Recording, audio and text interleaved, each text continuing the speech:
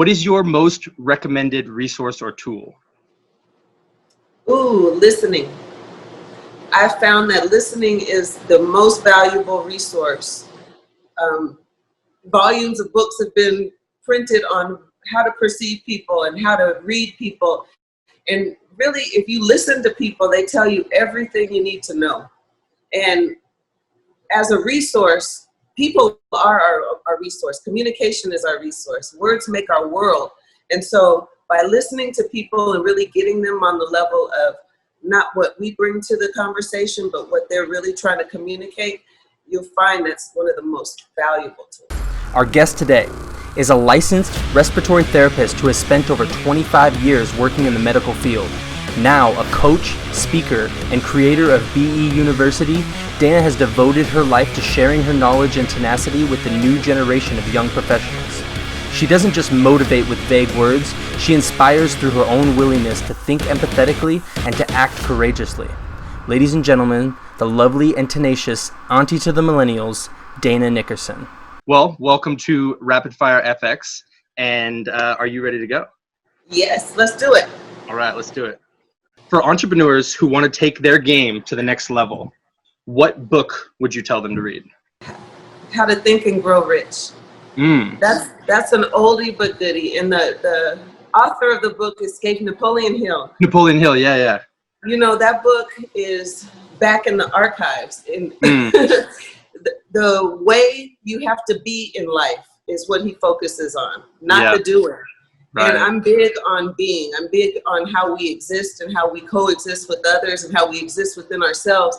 And I just recently got a hold of that book and was interested in it enough to read it and not just take quotes from it, like, you know, like if there's several quotes by him. And I found that there's simple, practical tools to living that apply to how to think and how to grow rich. And in that book, Napoleon Hill interviewed, you know, millionaires, Rockefellers, and all the great millionaires. And then out of it, he deduced whether they were doing or not doing certain things. And it's all about your being.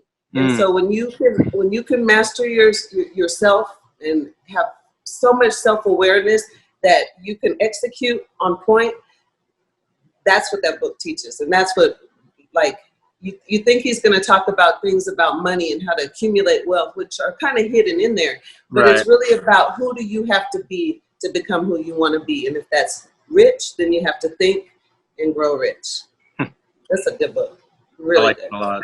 What bad advice do you often hear in your profession that you think people should just completely discard? Well, I work in the coaching world, in the training world, and now there are a lot of life coaches who are helping people to do whatever it is they want to do, start businesses, like I said, master their emotions, or even find their mates.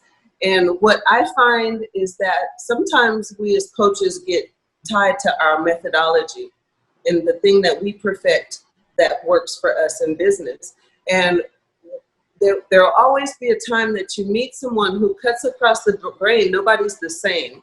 And so what bad advice, I don't want to really say it's bad advice, because if you sign up with a coach and he has a particular methodology that works for you, then it does.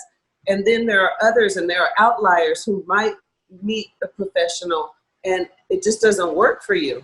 And so the advice that I would probably add to anyone's experience with a coach is that no, there is not one way to do everything, and to screen your coach and to really ask them if the things that are important to you align with what they're teaching. You're the customer.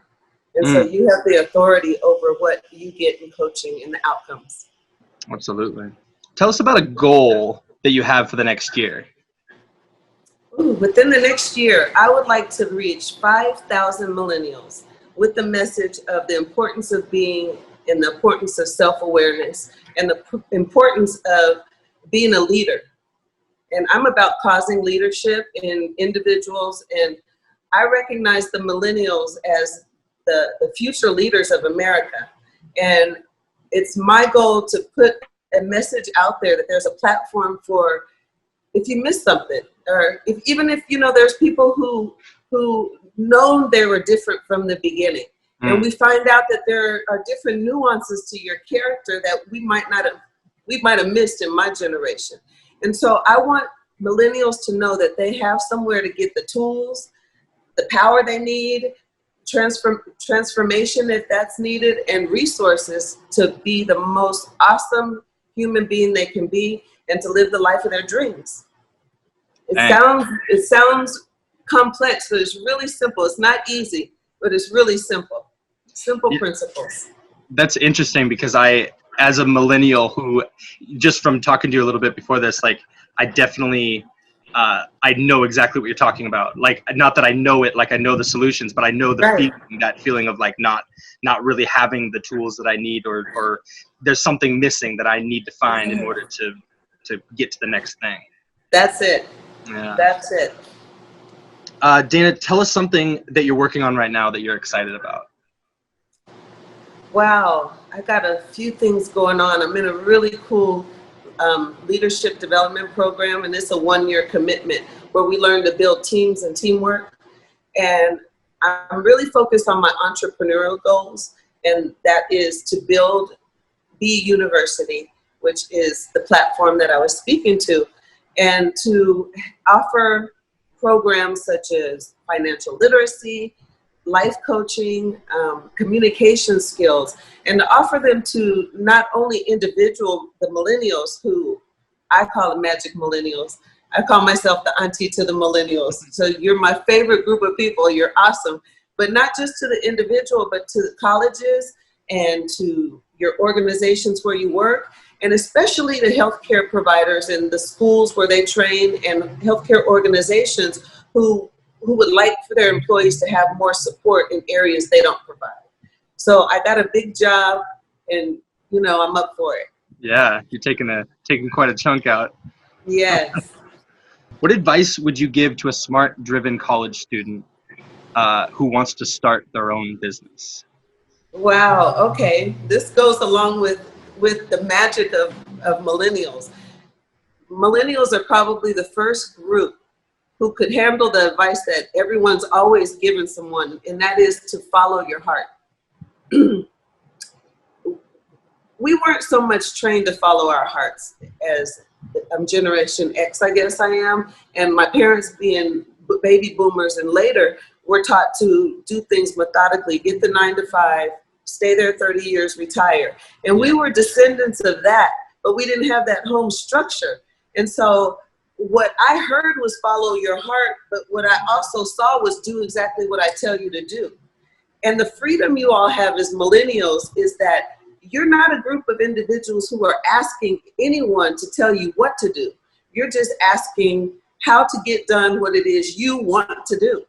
And so for your category, your generation, the blossomers, the doers, those who are going to be the biggest group of humanitarians, you have available to follow your heart. And for the first time in history, we can say it and mean it, to follow your heart. Whatever you want is there. And if you feel so inclined, take a year or two off college and find yourself and follow your heart in that time. Have a plan, but make it be more about heart and less about doing. You'll hear me say that over and over. Dana, where can people find you online? Oh, you can find me at danamnickerson.com, and you can find me on LinkedIn with Dana M. Nickerson, and I'm on Facebook on Dana Monique Nickerson. Check me out at all three. And if you'd like to email me, send me, if you've heard anything that you'd like me to know more about you, send me an email. Hit me up. I want to hear from you. That's what I'm here for. My email address is dana@danamnickerson.com. Awesome. Well, Dana Nickerson, thank you so much again for being here. And I look forward very much to talking to you again on the show, off, wherever we find ourselves. All right. Thanks, Caleb. It's been great. Awesome. Hey guys, I really hope this video has been helpful to you. If you'd like to read through the show notes and learn more about today's guest, then head over to networkingfx.com/rapidfire. And if you'd like this video and you'd like to see more, then hit the subscribe button and we'll have more rapid fire videos uploaded soon. Thank you so much for your support, and I'll see you in the next episode.